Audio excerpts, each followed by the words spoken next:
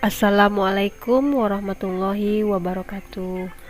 Apa kabar anak-anak ibu? Semoga sehat-sehat selalu. Semoga kita selalu dalam lindungan Allah Subhanahu wa taala. Perkenalkan, nama ibu Nunki Janah Mangkai. Ibu mengajar pelajaran sejarah Indonesia.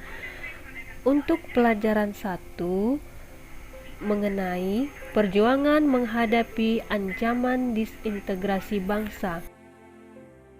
Adapun tujuan pembelajaran yang pertama, menganalisis berbagai pergolakan daerah yang terjadi di Indonesia antara tahun 1948 hingga tahun 1965.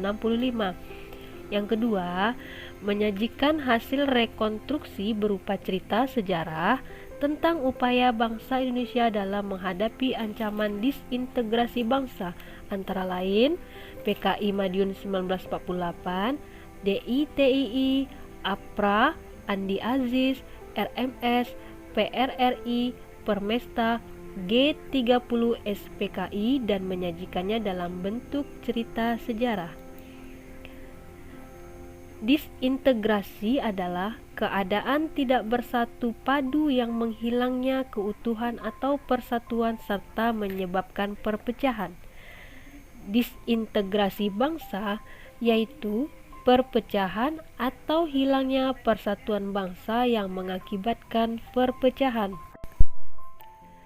Bentuk-bentuk dari disintegrasi itu ada 3. Yang pertama, yang berkaitan dengan sistem ideologi, yang kedua, yang berkaitan dengan sistem kepentingan, dan yang ketiga, yang berkaitan dengan sistem pemerintahan. Untuk minggu ini yang dibahas adalah mengenai konflik yang berkaitan dengan ideologi. Konflik yang berkaitan dengan ideologi ini ada 3. Yang pertama, pemberontakan PKI Madiun tahun 1948. Yang kedua, pemberontakan DITII. Yang ketiga, pemberontakan G30 September PKI tahun 1965. Pemberontakan PKI Madiun tahun 1948 di bawah pimpinan Musso pada tanggal 18 September 1948 mendeklarasikan berdirinya Soviet Republik Indonesia yang bertujuan mengganti dasar negara Pancasila dengan komunis. Yang kedua, pemberontakan DITII.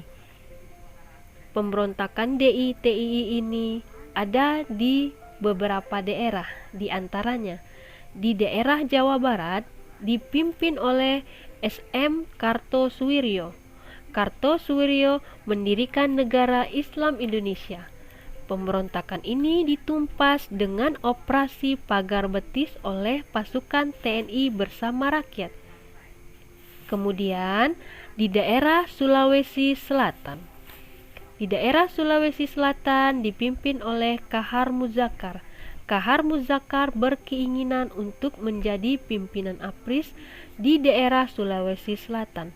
Pemberontakan di daerah Sulawesi Selatan ditumpas oleh TNI dan Kahar Muzakar ditembak mati oleh TNI. Kemudian di daerah Aceh. Di daerah Aceh dipimpin oleh Daud Bureh. Penyebabnya adalah daerah Aceh yang sebelumnya menjadi daerah istimewa diturunkan statusnya menjadi daerah keresidenan di bawah pimpinan Provinsi Sumatera Utara. Pemberontakan ini diakhiri dengan musyawarah. Kemudian yang keempat, di daerah Kalimantan Selatan. Di daerah Kalimantan Selatan dipimpin oleh Ibnu Hajar. Ibnu Hajar membuat gerakan dengan sebutan Kesatuan Rakyat yang Tertindas dan bergabung dengan negara Indonesia.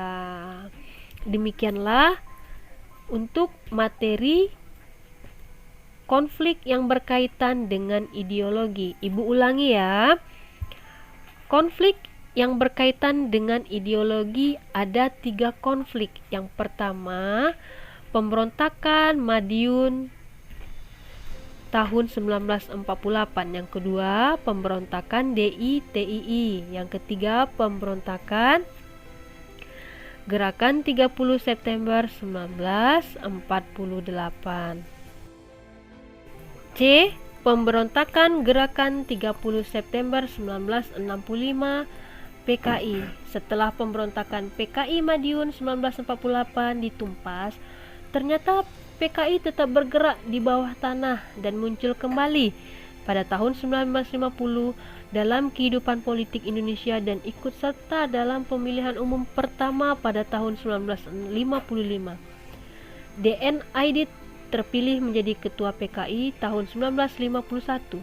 PKI menculik dan membunuh 6 perwira tinggi dan seorang perwira pertama dari Angkatan Darat. Langkah pertama yang dilakukan untuk menumpas gerakan 30 September 1965 adalah menetralisasi pasukan yang berada di sekitar Medan Merdeka. Penumpasan ini dilakukan dengan operasi Trisula. Untuk tugas latihan minggu ini ada 4 soal. Soal pertama, apa yang dimaksud dengan disintegrasi bangsa? Soal yang kedua, tuliskan 3 konflik yang berkaitan dengan ideologi. Soal yang ketiga, tuliskan penyebab terjadinya pemberontakan DI-TII di Aceh yang dipimpin Daud Bureh.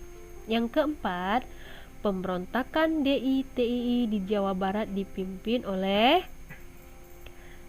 Jawaban dibuat di dalam buku latihan. Demikianlah pembelajaran untuk minggu ini. Sampai bertemu anak-anak ibu di minggu yang akan datang. Tetap jaga kesehatan. Assalamualaikum warahmatullahi wabarakatuh.